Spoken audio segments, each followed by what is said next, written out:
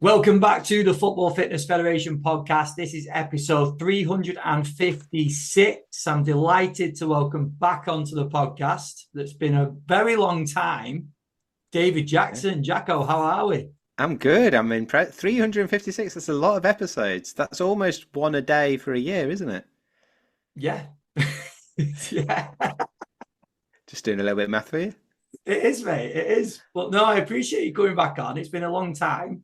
And I know you've been up Yeah. to a hell of a lot in that time. So we'll get into that in a little bit. But can we start as we always do on these podcasts? And can you give us a little bit of a rundown, bit of background on yourself to start? Yeah.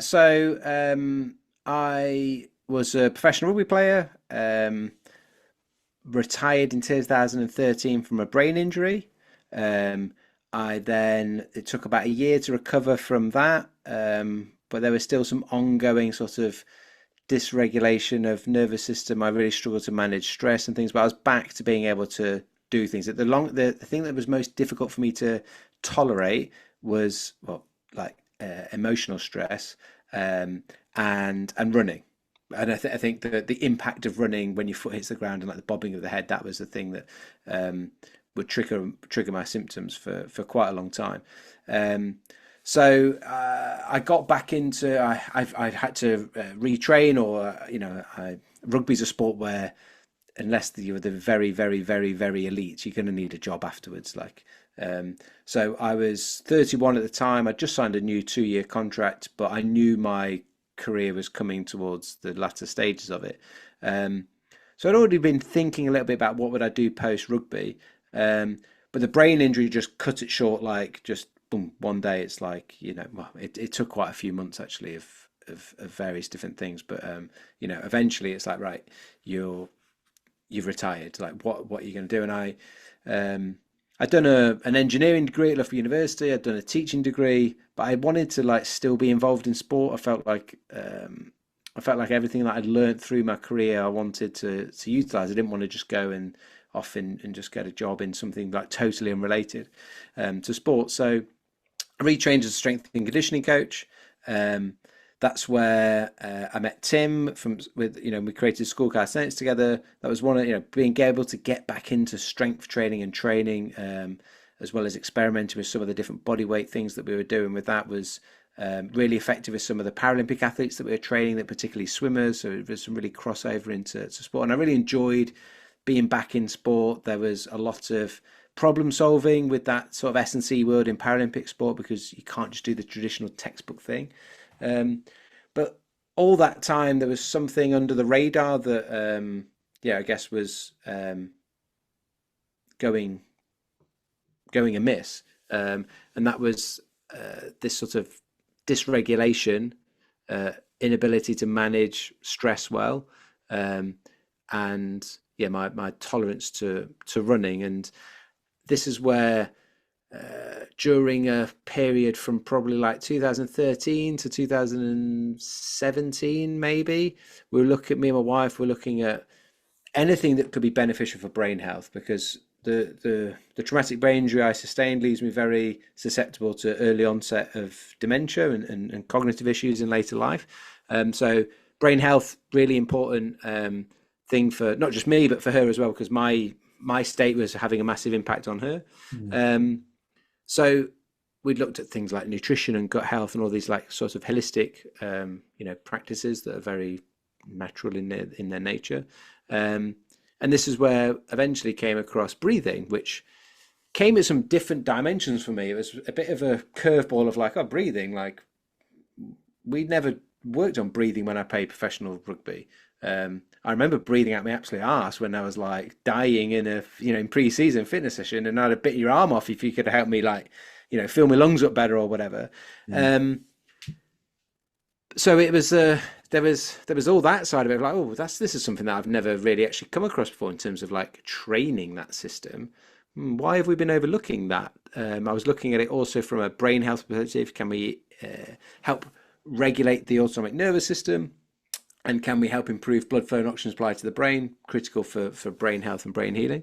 Um, and then there was an element where, oh, this might be a little avenue with my coaching, um, that I've not trained any athletes in breathing, so I've never even considered it. Like, where can this fit in? And I had an awful lot of questions that started with as simple as, am I doing it right? Like breathing. And, these very simple questions I didn't have any answers to, which just seemed a bit odd. And so I then that was when I went down that rabbit hole, and I've never come back since, because I'm deep down there still.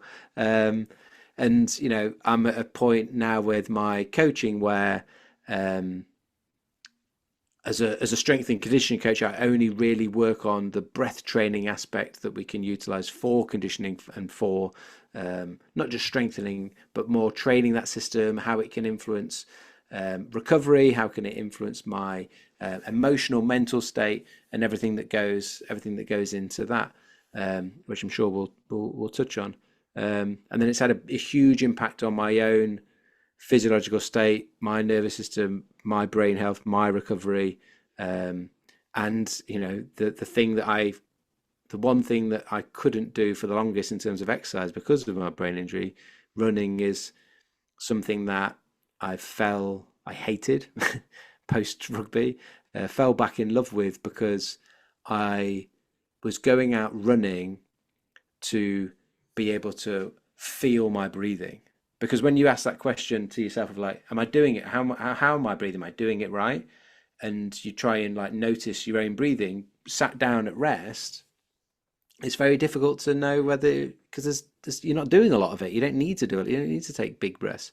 As soon as you start running, your nervous system and your breathing starts to show itself up to you with a few louder screams, depending on how inefficient you are with your breathing and how unconditioned you are because you've had a brain injury and you couldn't run for quite a long time. So yeah, I was using running initially to help me feel, experience, and sort of try to start answering some of those questions of like, how am I actually breathing? And then working on breathing really helped then change my experience of running, and then running became enjoyable and you get better at it. And then you sign up to all these stupid things and go and run all over the place and that then brings out a whole different like mental challenge that these sort of ultra running things do. So I'm in a position now where there's probably two things going on that we can talk about of interest. Like, one, the coaching that I do with elite and professional sports teams and athletes, and then there's like my own sort of ultra running endeavors where I guess experiment a little bit on myself and then put into practice those things in quite extreme situations, let's say. And we'll get into that in a little bit as well, because I know there's one right around the corner that you're going to be tackling very soon. I was going to ask now, Jacko, about what we can learn within football and maybe some of the work that you've done with footballers recently, but I'm going to slightly change the question on what, if you could speak to Jacko when he was back playing rugby, with everything you know now around breath work and recovery, whatever part of that you would slip in and give that advice to that person, what would be some of the priorities that you'd speak about? Yeah, it's a great question. And it's actually the thing that drives my passion for coaching it. Like, when I came across all this stuff and I started to experience it as a, late 30-year-old, having retired for many years, and then going like, crikey, there's this whole system that I've never trained before. And noticing the difference it made to, after like 4 weeks of doing some very basic, like breathing awareness really, and trying to manage your breathing rate is a really, really key element. So I was trying to do that whilst I was running for 4 weeks, doing some park runs. And I knocked a minute off my 5K park run time, went from 2020 to 1917. And that was one of the big light bulb moments when I was like, whoa, this isn't just about freaking brain health, which is, far more important than being able to run a faster time. But, like short-term things like make you sort of spike your interest. I was like, this is actually something that makes a massive difference to your performance. And as I started, uncovering more of that stuff, my passion became like, right, I wish I knew this stuff when I played rugby. And I want to make that available for athletes now so they can benefit from it. So yeah, to answer the question directly, what are some of the things that I'd say? I would say from a recovery, but let's break it down into like recovery and performance. Recovery wise, there is nothing that is going to help regulate your nervous system and promote recovery than breathing. Nothing more. Everything else that you like doing, if you like doing ice bath, if you like doing sauna, if you like doing red light therapy, if you like doing some like steady state work, whatever thing that you're like doing as well, compression garments, I don't know, whatever you like doing as well, you're always breathing, and breathing will influence the nervous system more than any of those other things. You might track your recovery with a metric like HRV, heart rate variability, if they've come across that. Do you know what creates the variation in your heartbeats?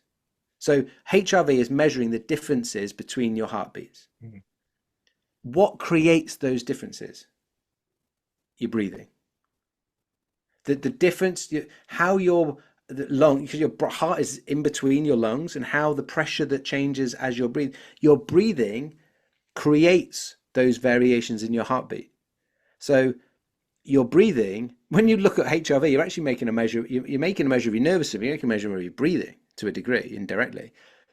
Your breathing will influence that autonomic nervous system. Your breathing will be the thing that will help improve your recovery. The breathing will be the thing that helps improve your HRV if you measure it. And you can do it whilst you're doing any of those other things. But nothing will work on the nervous system like breathing. Then from a performance perspective, two things. One, like physiological, but then also psychological. So something I struggled with was nerves.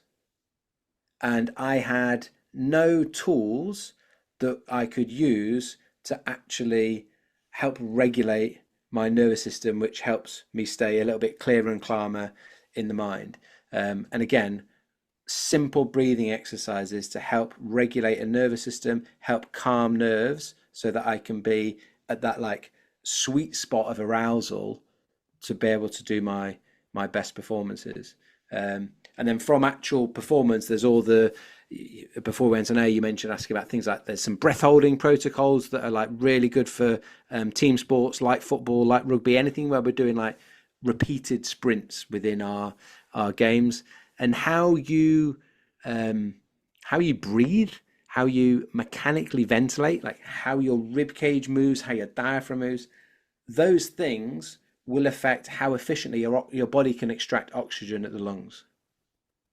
And if you're doing it better, you're going to feel better. And it's far more simple, really, than we might think. But just because it's automatic doesn't mean it's optimal, and just because it's simple doesn't mean it's not going to have quite a significant impact on how you feel, how you think, and how you perform. Class. Can I just go back to what you said about breathing rate? You meant obviously heart run and breathing rate. So give us a little bit more detail on that, because obviously they're talking about like the rate of breathing, but what does that actually mean, especially in like a 5K, which I'm sure a lot of people will be able to relate to. Yeah. So it doesn't matter what it doesn't have to be to a 5K. It's relative to like what you currently do on auto. Yeah. Okay. So, my breathing rate. So how fast am I breathing? And typically we would take breathing rates in a minute. So how fast am I breathing in a minute? Your breathing rate at rest might be like, if you're good with your breathing, you're efficient with your breathing, and calm with your nervous system, your breathing rate will be around about 10 to 12. As you start exercising, you breathe faster. What the literature is showing us now is that our breathing rate is more closely linked to my perception of effort, so how hard I think I'm working and whether I can carry on sustaining this level of work. My perception of effort more closely linked to breathing rate than heart rate or blood lactate levels, which seems absolutely bonkers to me. It makes a lot of sense, but it seems surely something really scientific, and I got to take blood lactate samples like when I'm doing my VO2 max. Surely that's going to be like a better indicator of how hard someone feels that they're working. Nope. The simple thing of breathing. And we can all relate to this in that, like, when you feel like you can't catch your breath, when you feel like you're totally out of breath, what do you want to do? Your body just wants you to stop. Your mind wants you to stop. And that breathing rate is the key domino within that.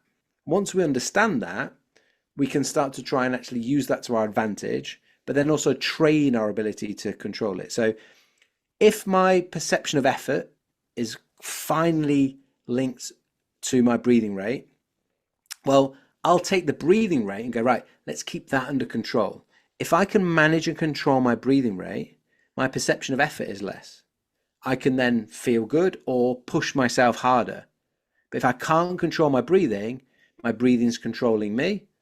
That central governor theory is like, it's going to go, boom, let's stop. Or at least reduce the pace. So yeah, being able to control your breathing rate so it doesn't get so out of control that you're hitting the ejector button. And that is a key domino, because as soon as you can't control your breathing, perception of effort in the mind's gone. But also the way you're mechanically ventilating becomes very shallow, very upper chest, and it feeds a feedback loop to the brain of stress, and I can't manage this intensity. But we can undo that by taking control of that breathing rate, which then takes some training, takes some practice, and also takes some, like, we've got to do a little bit of, some of the training is to change the receptors in your brain that control your breathing, dampen those receptors down a little bit. Brilliant. I'll go back to what I was going to ask before, just around you, because I know you've worked with footballers as well. So we've sort of spoke about what you would speak to yourself about a few years ago playing rugby. What are some of the common things that are coming up with some of the footballers that you're working with? Is it similar or is it anything different? Yeah, no, I think that there's we've got, from a performance, it depends where people want to go with it. We've got these different dimensions that it's going to affect. So it's like, is someone really needing to work on more of their recovery in their sleep and their regulation of their nervous system? Does somebody need to work a little bit more on their psychological, like, relationship with high intensity or highly stressful or challenging, like, games of football, where it's like my nerves or my ability to control my arousal, those things are like, I don't feel like I've got a handle on those. I haven't got a way to, like, put the brake on those things. So we can work on that psychological element. But then we've got, like, the training aspect, or the performance aspect, like physiologically, of going, okay, what are we doing with our breathing to help us recover on the field? What am I doing with my breathing to help me stay nice and focused on the field? And what am I doing with my breathing to help improve their aerobic sort of capacity, as well as my anaerobic repeated sprints that we mentioned about, like breath holding can really help with them. And the reality is we can work on all those things all at the same time.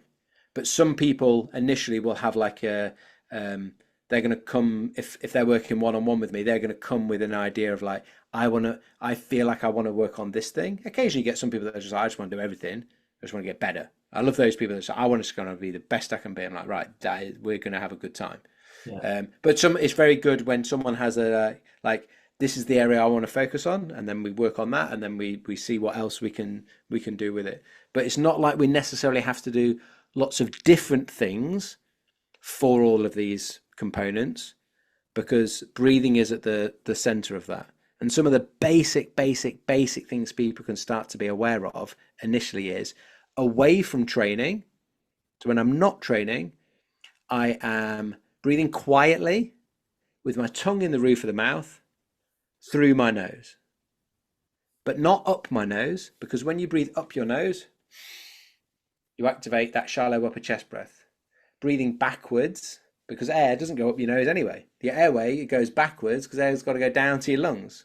Which sounds, you look at someone's nose and it just goes up, so we just assume it goes up. But then if you go ask a simple question like, where are your lungs? You're like, well, they're down here. It's like, so how does air get there? It doesn't go up. It goes back and it goes down if we look at the airway.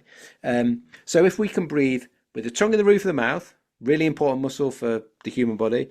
Tongue connected to your diaphragm your primary breathing muscle. Important, something we haven't mentioned yet, sorry, we're just going off into a slight tangent. Something we haven't mentioned yet, like the ability, particularly for like sprinting and change of direction and explosive work. The diaphragm is right in the middle of us. Yeah, it's a key dynamic core stabilizer that we don't train.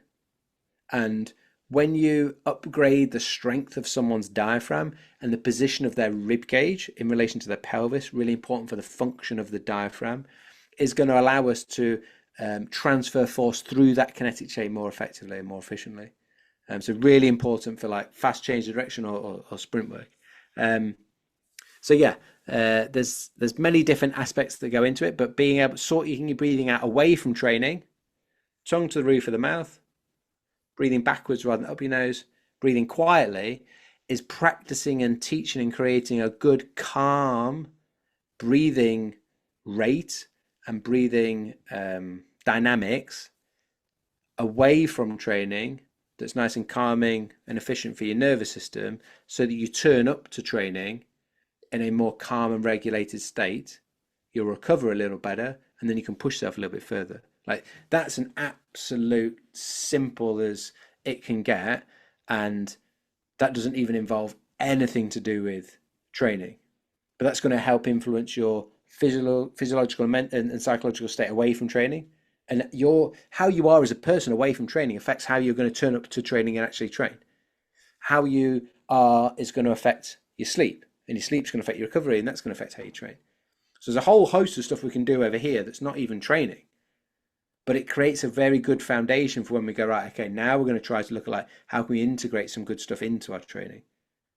Yeah, that would then start to go, okay, which parts of my training can I manage with a good control of my breathing rate through my nose? Are there bits of my warm-up that are easy enough for me to do that I don't just have to mouth breathe? Yeah, and go to like a shallow chest breathing pattern. There'll be harder parts of training where you have to do mouth breathing.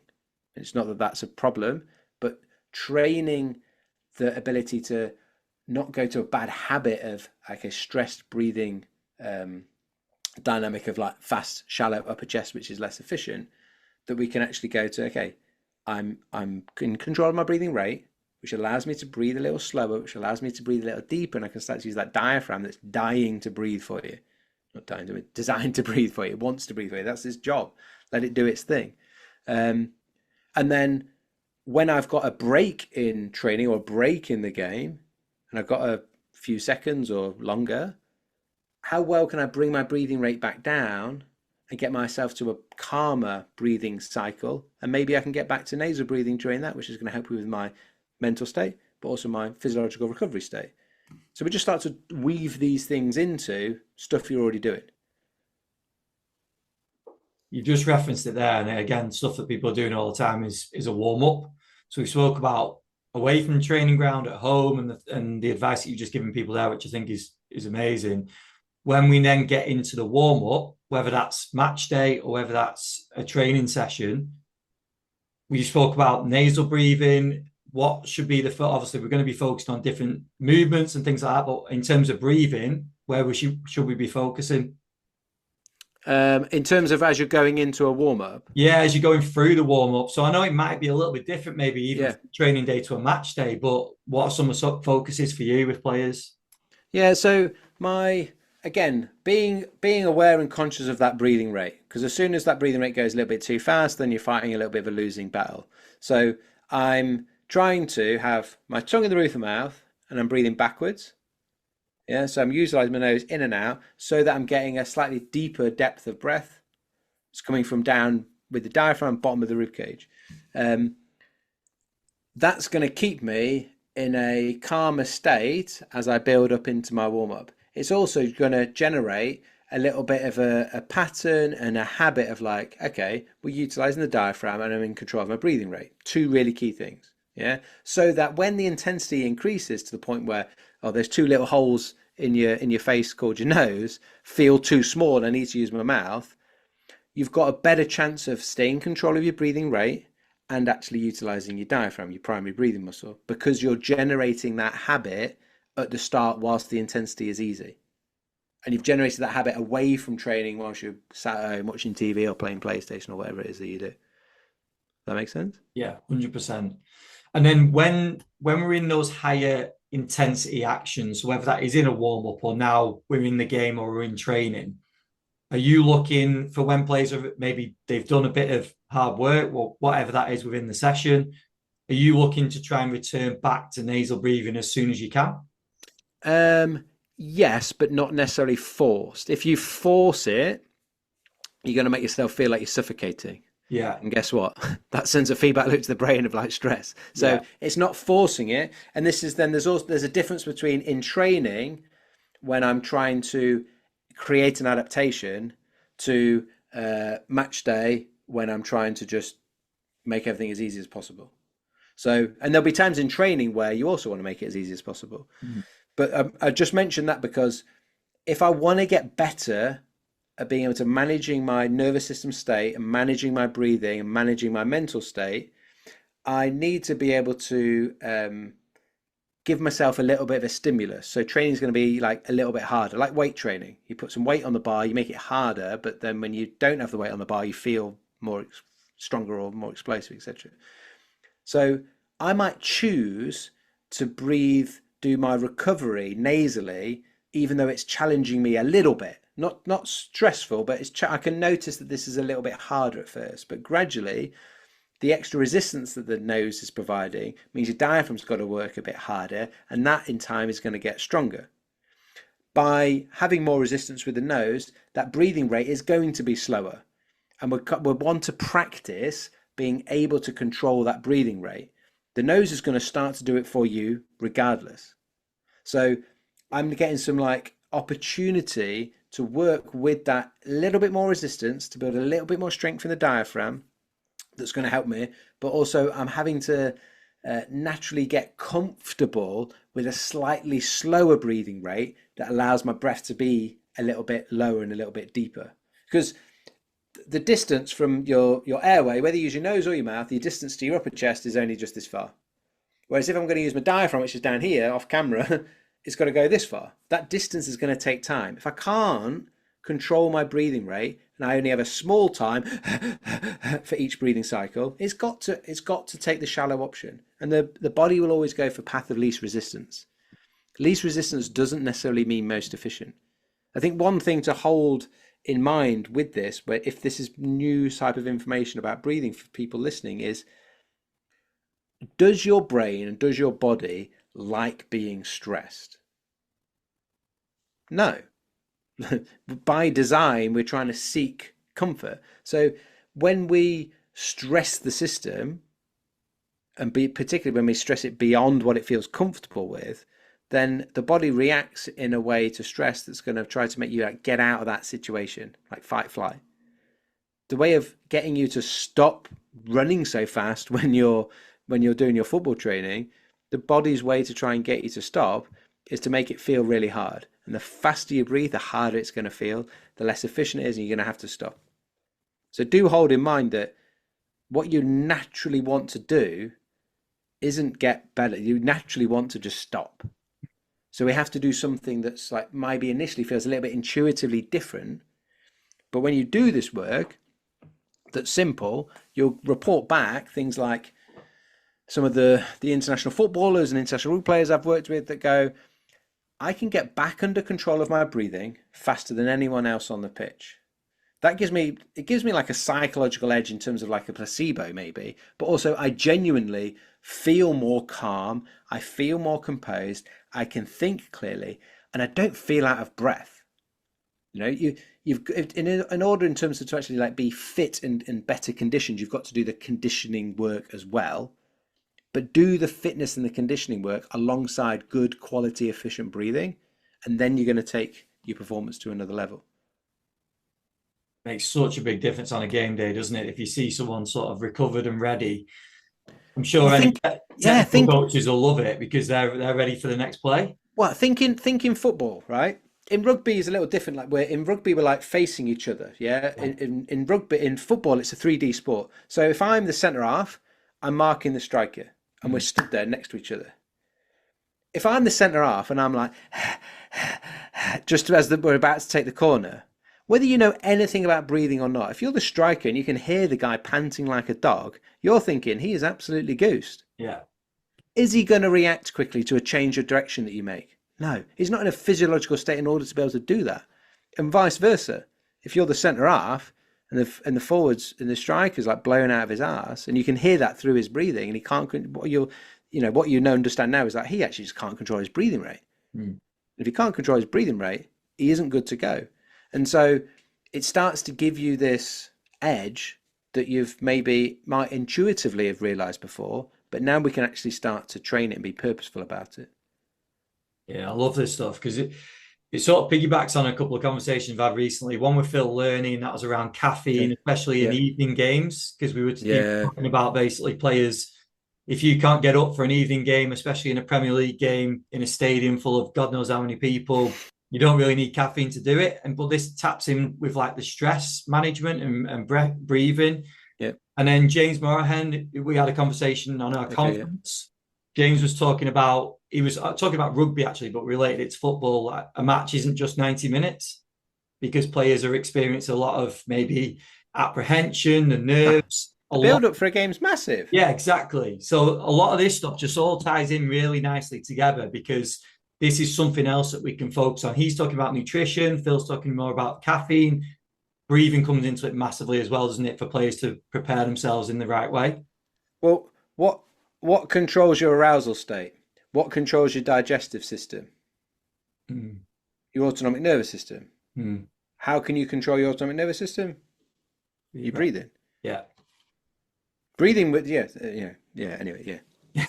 I get too much of a big. I'm aware that like I'm like big into breathing, so it's like breathing is can influence everything, but which then makes people go a bit like, oh gosh, there's a flipping guy going on about breathing again. But it influences the autonomic nervous system, and the autonomic nervous system does influence everything. That with just those things that you're describing, everything that's automatic, your autonomic nervous system is influencing, and you can change your nervous system with your breathing in one breath. You mentioned something really key before as well, in that we're not change. So take a warm up, for example. We're not asking anyone to drastically change what they're doing in the warm up. We're giving them just a No, slightly different focus. So yeah. why wouldn't Well, we do it? well, the other thing with warm ups is like you warm up every other muscle in the body. Why don't you warm up your breathing muscles? Yeah. Bonkers. Yeah. In the gym, you train every other. I'm gonna make all my muscles stronger. What about your diaphragm? Why don't you make your diaphragm stronger? Oh, I never thought of that. Like that's. I was like, yeah, good point. Why have I not thought of that? Yeah. Why would I choose to train all these muscles but just neglect one? I'd also probably neglect your tongue as well. It's another muscle that's important for your breathing. Can I tap into something? I know you posted about this recently around, I think you called it activation or maybe some different Yeah, rep. breathing mobilizations. Yeah. Brilliant Yeah. for warm ups. Yeah, yeah. Can we tap into that? Because I know it's Yeah, of course. hard to describe, especially people on audio, but they can go and check out some of the videos that you've put out around Yeah. as well. Yeah, but the principles are simple. Yeah. Like when I inhale, as air's coming in, my body's expanding. Like my body's got to expand in some way. My rib cage, my lungs got to expand. I can position myself in a shape that's going to encourage expansion in a particular area. So if I go into a very flex spine position, so I'm like kneeling down on the floor as an example, but if I'm in a lot of spinal flexion and that spinal flexion restricts the front side of the body, so that anterior portion of my rib cage, particularly if I tense my abs, it's going to find it very hard to inhale into the front side of the body. So I restrict the front and then ask myself to take a nice big inhale, and I'm going to feel my back expand because there's no other way that we can get that air in. And when we feel like the back opening up and expanding, what I'm getting is then like some movement of that posterior portion of the rib cage. My posterior portion of the rib cage is starting to expand out because the front side is restricted and I'm getting air in there. The more air I get in, the more expansion and movement I'm getting of those ribs. Where do those ribs on the back side of the body connect into? Thoracic spine. We try to mobilize the thoracic spine without using breathing, then you're fighting a losing battle because the thoracic spine and the ribs are like connected. And I found nothing better than using breathing in that type of way to get the back ribs expand, the ribs at the back side of the body expanding, to then help to mobilize the ribs and the T-spine. And then we get big change in 2 or 3 breaths, which takes 20 seconds. The relationship that the scapula has with the rib cage is going to affect the shoulder. So some work on getting that backside, the backside of the rib cage, like being able to expand, gives the scapula something then to like sit nicely on and ride on, and we see really good improvement in shoulder function. And then the relationship between your rib cage and your pelvis means that our our rib cage position is going to affect our diaphragm because the diaphragm is housed in the bottom of that rib cage. And the rib cage position is going to get mirrored or reflected by the pelvis. So if my rib cage is projected forward and tilted, I'm going to have that anterior forward tilt of the pelvis. And until I address my rib cage, you're wasting your time addressing the pelvis. But if I address my rib cage and I address my breathing, I can really open up some of those tissues around the pelvis. Key ones around the pelvis being like psoas major, QL, and the diaphragm all link into each other. And just think anything that attaches to the rib cage or anything that intersects on the lumbar spine and with the diaphragm is going to be influenced by my breathing.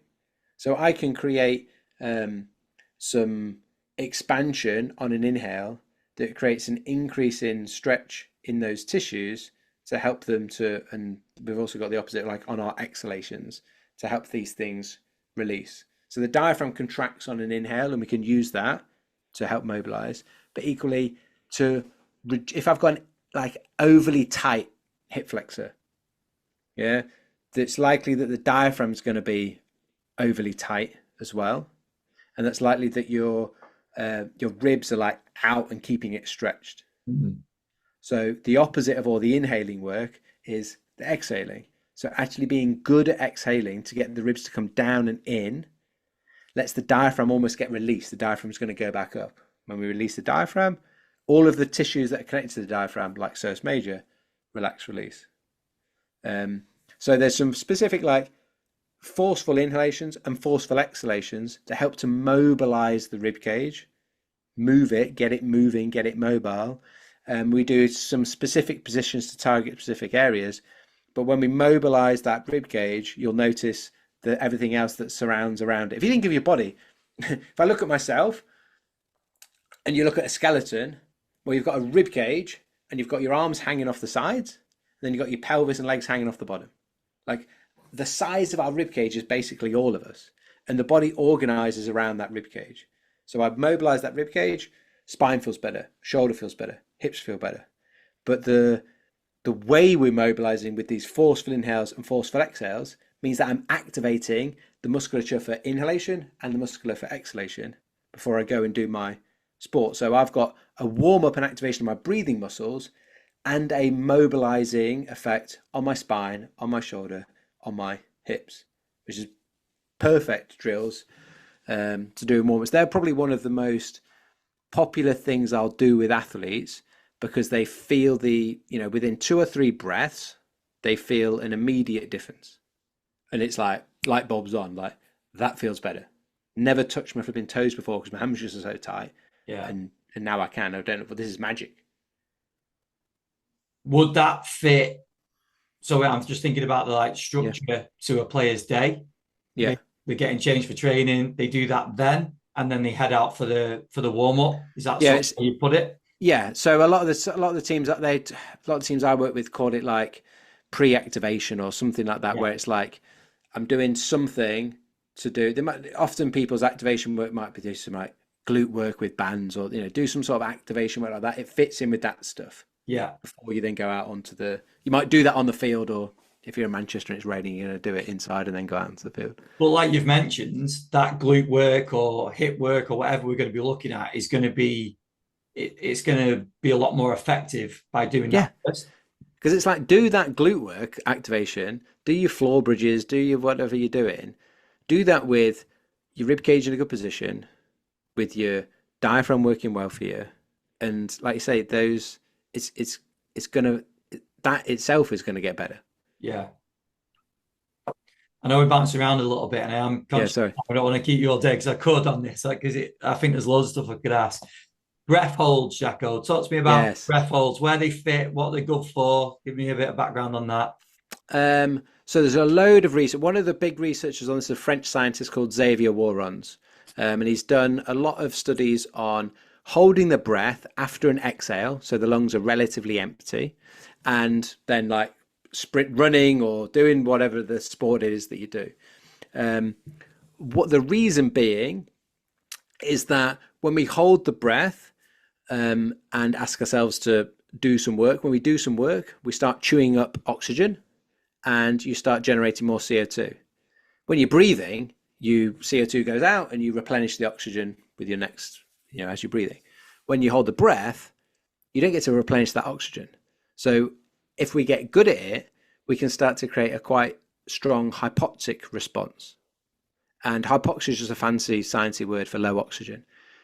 Getting the body comfortable at tolerating a low oxygen in the blood, low oxygen in the muscle tissues, is giving it a stimulus that increases some of our anaerobic adaptations that we're looking for when we do, that higher intensity work. The CO2 is not leaving, so the body builds up its tolerance to it. When you build up your tolerance to CO2, it's easier for you to control your breathing rate and your urge to breathe when you're pushing yourself, because the CO2 is one of the primary drivers of our breathing that the receptors in your brain are like looking out for. So I can improve my tolerance to feeling out of breath by improving my CO2 tolerance. That's one thing you're going to get from breath holding. The low oxygen that you get to experience is going to really crank up levels of lactate in your muscle and in your blood. Interestingly, some of Xavier Warren's research shows that like the increase in CO2 that you get from holding the breath and not letting it out almost like keeps the lactate like trapped in the muscle. So like it don't feel nice, but for your training, you get this very strong response. The adaptation the body gets is, well, it gets a little more comfortable with low levels of oxygen. Well, that means that you can work a little harder when you're feeling tired and working in that sort of anaerobic threshold work. You improve your body's ability to tolerate lactate because the CO2 is helping it stay in the muscle. But then also in your recovery, your body's ability to be able to clear it, get it into the blood and get it out. And then the final point is on the recovery element. They see an increase in how quickly the body can reoxygenate those muscles. So if I'm measuring muscle oxygenation on my quad and I'm doing some like sprint work and I'm holding the breath, I'm going to see oxygen go down much lower than if I wasn't holding my breath, obviously because I'm not breathing. In my recovery period, it's like the body's got it's dropped down further than normal, so it's got to work harder to get it back up to its baseline. And when you do that over a series of weeks, and some of his most of his trials are done over just 4 weeks, and they see some significant improvements in reoxygenation in someone's recovery period once they've done some training. I mean, one of the studies within professional rugby is literally laughable in terms of the results that they got in 4 weeks in season. So they were playing games. They did 2 sessions of breath holds a week where they ran 40 meters every 30 seconds. And for the 40-meter sprint, they held their breath. As soon as they crossed the 40 meters, they let themselves breathe. And if it took them 6 seconds to get there, they had 24 seconds rest. They did a repeat sprint test before they started training and then after the 4-week period. They split the players into 2 groups. One group just breathe normally, the other group hold your breath after the exhale. The group that just breathe normally, their repeat sprint ability, the number of repeated sprints that they could do, increased by 6%. And they went, okay, in season, small improvement, we did some training, what we expect. The group that held in their breath, how much did they improve by? Have a guess. If it was double, that would be impressive, right? Yeah. So 12 would be impressive. Yeah. 64%. Wow. So a factor of 10 times better. And all they did was different, was hold their breath. But when they held their breath after the exhale, when they were sprinting, they would do like, sort of typically like 2 sets of 5. They built up, I think, to like 3 sets of 6 or something like that. But it doesn't take long to do. Every 30 seconds, a set of 5 takes 2.5 minutes. Yeah. But lower levels of oxygen, higher levels of CO2, greater amount of lactate in their session compared to the normal breathing group. So it might have felt a little harder, but the adaptations in just 4 weeks. Massive. Yeah. Incredible. Mate, I am wary of time now. So I know you've got a lot on. So I really appreciate you going through all that. I think there's so much we could dive into with this, but I feel like you've done a great job in giving people probably enough information to go and maybe do a bit more research on it, check out some of your work, and just be thinking maybe about what they can implement within their practice with the players or even for themselves as well. So I really appreciate that. Just finish us up. Talk to us about Mission Wales. Yeah.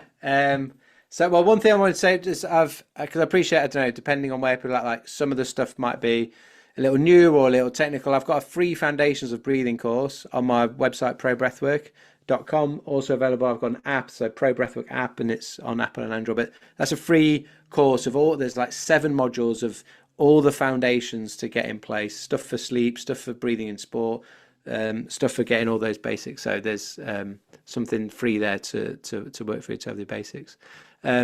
Yeah, I'm on. So as we record today, it's Wednesday the 27th. On Monday, 1st of September, I'm attempting to run 2 marathons a day for a week. Well, if I do it, it's actually just shy of a week. It's 6 days.